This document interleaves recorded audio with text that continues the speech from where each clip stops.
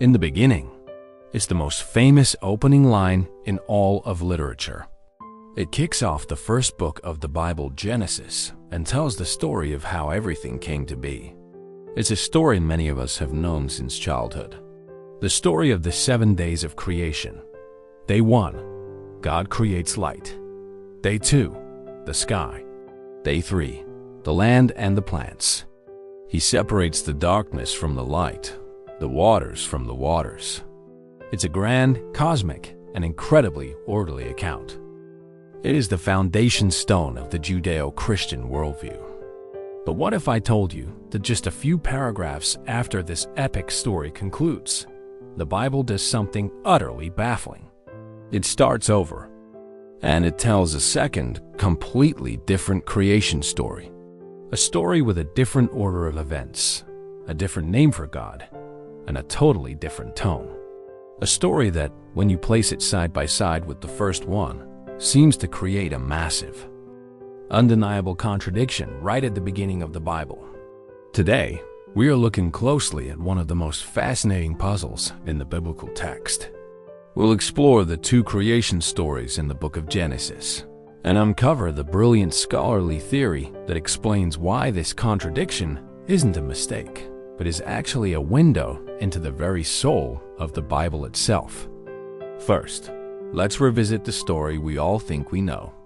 Genesis, chapter 1. The narrative here is majestic, poetic, and highly structured. The main character is God, referred to by the Hebrew name Elohim. This God is a transcendent, cosmic deity. He is a king, a commander. He creates by speaking. He says, "Let there be light," and there is light.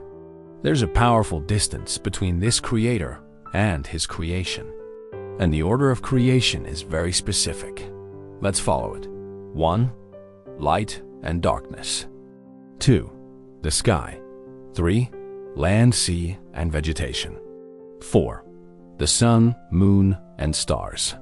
5, sea creatures and birds. 6, land animals. And finally, as the absolute pinnacle of creation, humanity, male and female, he created them at the same time. 7, and on the seventh day, God rests, establishing the Sabbath. It's a beautiful, symmetrical account that portrays a universe that is good, orderly, and purposefully designed. The story concludes at the beginning of chapter 2, verse 4, and then the record scratches. Starting in the second half of Genesis 2, verse 4, the narrative lens zooms in.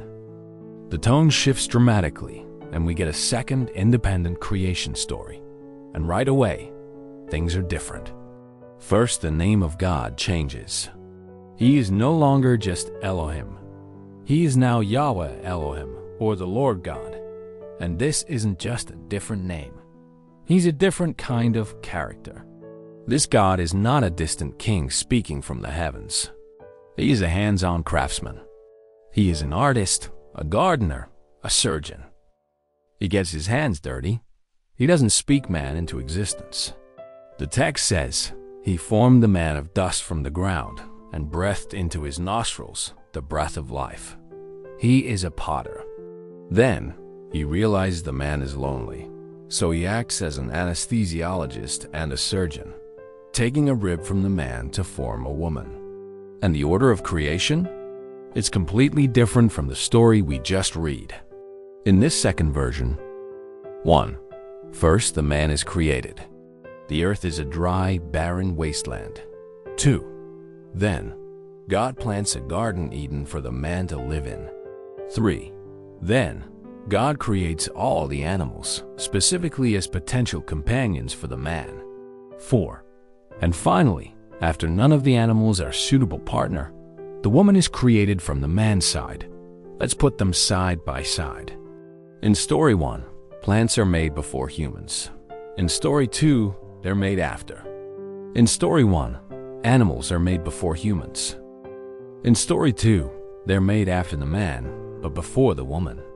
In story 1, man and woman are created together at the same time as the final act. In story 2, man is created first and woman is created last. These aren't minor discrepancies. They are two fundamentally different accounts of creation, placed back to back. So what is going on here? Is this just a sloppy mistake from an ancient editor?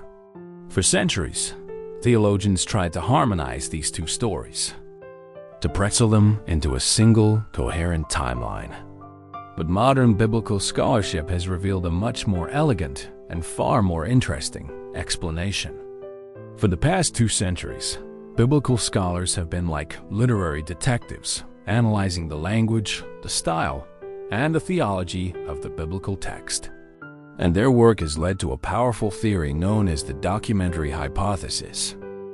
In simple terms, the documentary hypothesis proposes that the first 5 books of the Bible, the Torah or the Pentateuch, were not written by a single author like Moses at a single time. Instead, they are a masterful compilation, a weaving together of at least 4 major, independent sources written down over hundreds of years by different authors in different places. Scholars have given these sources names: J, E, D, and P, and our 2 creation stories are perfect. Textbook examples of 2 of these different sources. The first story, Genesis 1, comes from the P source, which stands for the priestly source. The priestly writer, or school of writers, was likely active during and after the Babylonian exile in the 6th century BC. They were deeply concerned with order, with ritual, with genealogy, and with the sacred calendar. You can see this in Genesis 1. The grand cosmic structure, the orderly separation of things, and the 7-day framework that establishes the Sabbath. This is all classic P. The second story, Genesis 2, comes from the J source, which stands for the Yahwist source, or Joist in German, where the theory first developed. The J source is much older, perhaps written around the time of King Solomon in the 10th century BC. The J source uses the name Yahweh for God, and its portrayal of God is strikingly anthropomorphic, meaning human-like. God walks in the garden. He gets his hands dirty. He talks directly with his creations. The J source is a masterful storyteller, giving us the vivid, earthy, and dramatic narratives like the story of Adam and Eve, Cain and Abel, and the Tower of Babel. So, the contradiction in Genesis isn't a contradiction. It's 2 different ancient authors with 2 different styles, telling 2 different stories about the same event. It's like having 2 different paintings of the same landscape, each beautiful and true in its own way. This leads to the most important question of all. If the ancient editors of the text, the brilliant scribes who compiled the Hebrew Bible as we know it, could clearly see that these were 2 different stories, why did they put them both in? Why didn't they just pick one and discard the other to avoid confusion? The answer is the key to understanding the genius of the Bible. They kept both because they understood that each story reveals a profound truth about God and humanity that is incomplete without the other. They weren't creating a science textbook. They were creating a rich theological portrait. Genesis 1, the priestly story, gives us the cosmic perspective. It shows us a transcendent, all-powerful God who creates a good and orderly universe. It gives humanity its place in that cosmos. We are the pinnacle of creation, made in God's image and given the sacred responsibility to be stewards of the earth. It answers the question, what is our place in the universe? Genesis 2, the Yahweh story, gives us the human perspective. It shows us an immanent, personal God who is intimately involved with his creation. It's not about cosmology, it's about relationships. It explores the most fundamental aspects of the human condition: our connection to the earth, made from dust, our need for meaningful work, tending the garden, our profound loneliness, our deep need for companionship, and the origins of love, temptation, and moral choice.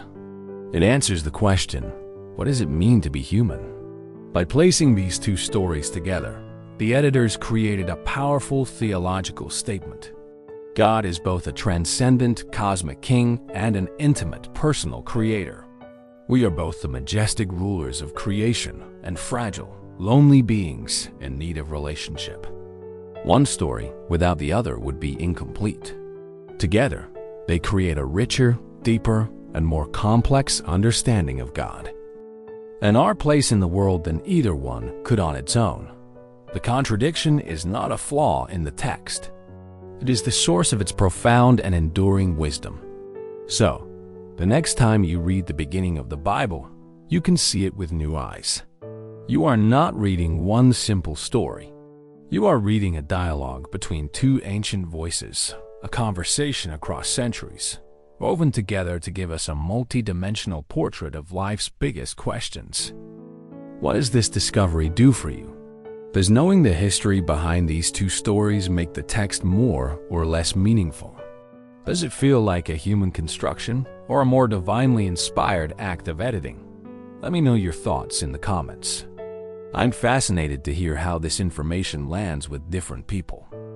If you enjoyed this deep dive into the literary genius of the Bible, please hit that like button and subscribe for more content that uncovers the hidden stories within our most sacred texts.